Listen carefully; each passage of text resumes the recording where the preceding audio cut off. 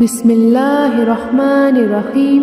Assalamu alaikum wa rahmatullahi wa barakatuh. Narrated Abu Huraira, may Allah be pleased with him.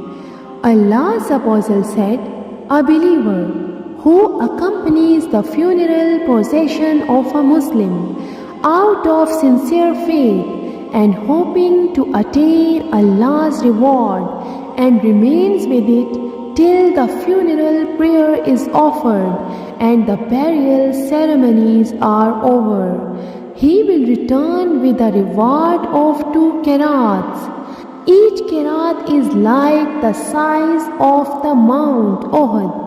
He who offered the funeral prayer only and returns before the burial will return with the reward of 1 qirat only. Jazakallah.